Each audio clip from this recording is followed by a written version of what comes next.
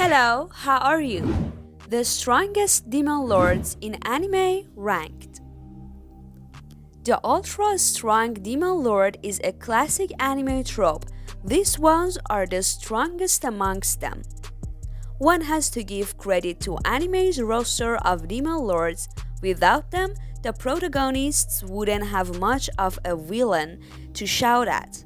Not only do they represent the ceiling of anime power and capability, but they also serve as a near impossible goal for many anime main characters. Of course, there's also the fact that the typical anime demon lord is charismatic and is easily a somewhat likable character for some despite being evil.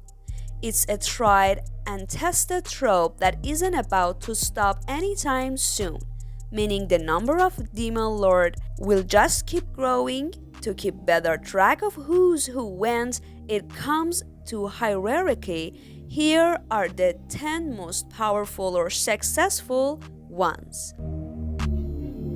If you love the world of anime, be sure to subscribe and set the bell to all. Let's start the video. Sesshomaru Inuyasha. The bladed follow-up series to Inuyasha paints Sesshomaru in a lighter shade where he even has a kid and seems to be a decent parent. Back in the original anime, however, Sesshomaru was quite the menace and a constant thorn in Inuyasha and Kagome's sides. He is a full-blooded demon, meaning he's automatically more powerful than his half-blood brother. Apart from the full superhuman package of super strength, speed, durability, reflexes, and regeneration, he is also immortal and possesses some impressive demonic techniques that have caused even the main antagonist, who's also a demon, to acknowledge that Sesshomaru is more powerful. Diablo How Not to Summon a Demon Lord. Diablo from How Not to Summon a Demon Lord was but a mere video game character controlled by an introverted protagonist. But since the anime is an isekai, said human protagonist was reincarnated and became Diablo, who also happens to be the strongest being in his own video game world. He's so powerful that he even holds back his skills when fighting other players' characters. As additional proof of his powers, Diablo also quickly enslaved the two powerful mage girls who summoned him with the goal of chaining him. Of course, his human side has no powers whatsoever, but Diablo has a plethora of spells, abilities, and equipment that allow him to dominate just about anyone and anything in his world. Muzan Kibutsuji, Demon Slayer. Speaking of immortal demon lords, Muzan Kibutsuji is fast gaining notoriety thanks to the latest season of Demon Slayer. While he doesn't make too many appearances in that anime, he's still very much the final boss and the source of most demons in the series. He can create lieutenants just by giving them a bit of blood. As a demon lord, he also possesses the typical superhuman starter pack, but where he shines against the Demon Slayer corpse is his intellect. Muzan is frighteningly clever and sharp. This has allowed him to maintain the long-standing feud between him and his nemesis organization. As a demon, he's also a success story since he's supposed to be more than 1,000 years old.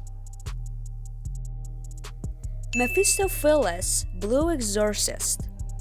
Mephistopheles or Samuel is actually just the second strongest demon lord in Blue Exorcist. The strongest is Lucifer, but there are already too many Lucifers or stunts here, so Samuel is in luck he gets a spot. In any case, he's no slouch despite being second. As a demon lord, being called a devil is more fitting for Mephistopheles. He's a certified trickster and typically assists the series protagonist with an ulterior motive. He also has students and they know that he's a demon lord. The only reason they're not taking him down is that they can't yet. Mephistopheles is too powerful for that. Raizen Yu Hakusho. Raizen from the classic Yu Yu Hakusho appears as a shell of his former self. He's a bit emaciated after his refusal to consume humans. That very well means he's not at his prime anymore. Even so, he's still either the strongest or second strongest among the three kings who are S-class demons in the anime. Back in his prime, he could have easily killed the other two members of the three kings. As far as his powers are concerned, Raizen's immense demonic strengths is what stands out, as well as his ability to possess his descendants. It was even said that Raizen shakes the whole earth when he powers up. King Piccolo Dragon Ball.